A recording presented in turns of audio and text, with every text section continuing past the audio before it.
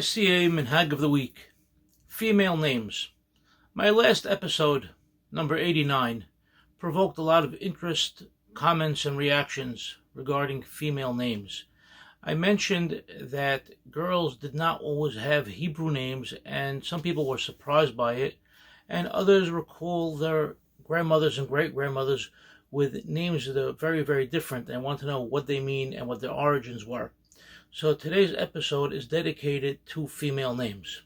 So firstly, let's say that I did not say that females did not have Hebrew names at all, but rather most females did not have Hebrew names. Some only had Hebrew names.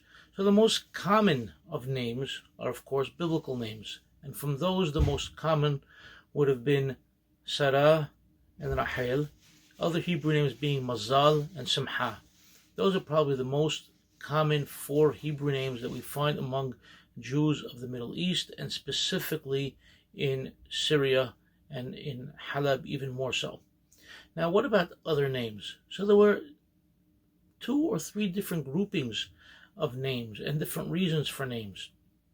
There were European names. You have to remember we are Sephardim, and as Sephardim, we came from Spain, hailed from Spain, so we already had Spanish names. We had the knowledge of the Spanish and Romance languages, so we carried names like that over with us.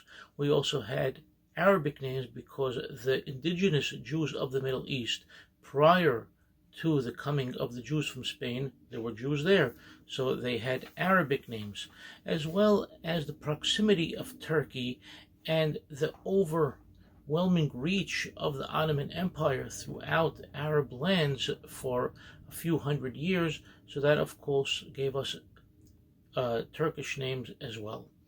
Of course, with the influence of the Industrial Revolution and the connection of the mercantile class with France and England, they took upon names from those countries as well, specifically from reigning monarchs and their spouses. So let's talk about some of these names, because there seems to be a lot of interest. I prepared a chart of some of the most common names, and let's go through them quickly.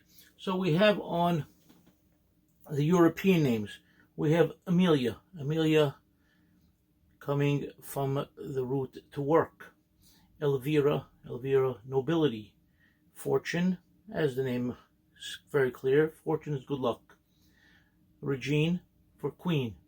Yvonne is an archer. Oro, gold. And then we run into names of queens like Marie, Elizabeth, and Victoria. We have, of course, Arabic names. We have Frida, Faride, meaning individual. Bahiyeh is somebody, if you want to call them, exalted.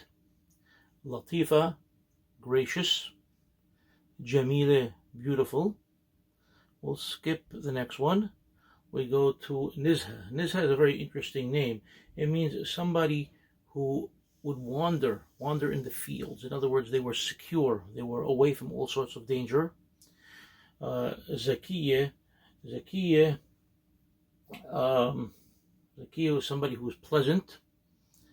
You have Shafi'a, somebody very righteous. Salha, somebody successful. And Tera is a bird. We have, of course, Turkish names like Altun, which is also gold, and Gilsum was a round, beautiful face like the moon. Now this name, Gracia and Geraz, that I left separated and connected with a dotted line. Gracia, of course, grace, charm. Geraz is a nickname for Gracia, specifically from Halab. From there, it was used in other places as well, but its origin is in Halab. And although people hear Geraz and they think of, cherries, they think of a bell, but really Geraz is a nickname for Gracia. People originally had the name Gracia, became Geraz, and then that name stuck as a regular name by itself. Now, as you can tell, all these people that had such names, these were names given in regular families, in rabbinic families. And keep in mind that Halab was known as a city of Torah and Hachamim for hundreds of years, going back to at least the days of Harambam, okay, until even our most modern times. So in a city like that of Hachanim, and they gave their daughters names that were not biblical or not quote-unquote Hebrew or Jewish names, tells us that it was the common practice, and of course it was not forbidden and obviously permitted. And this was the practice of our mothers, our grandmothers, our great-grandmothers, and when they came here, they carried these names with them and this naming system. And it's only once they started going to Hebrew school with Jewish teachers, okay, with that or from outside our community and weren't familiar with our practices, that they started giving them Hebrew names, Jewish names. In fact, until recently, people have told me that when they went to school, I'm talking about a long time ago, I'm talking about in the 1970s, okay, late 70s, that the Hebrew teachers just said, "Whoa, what's your name? Oh, your name's Jennifer? Oh, no, your name can't be Jennifer. Your name is now Haya." Okay, they adopted the name because the school gave them the name, but it was never really their name.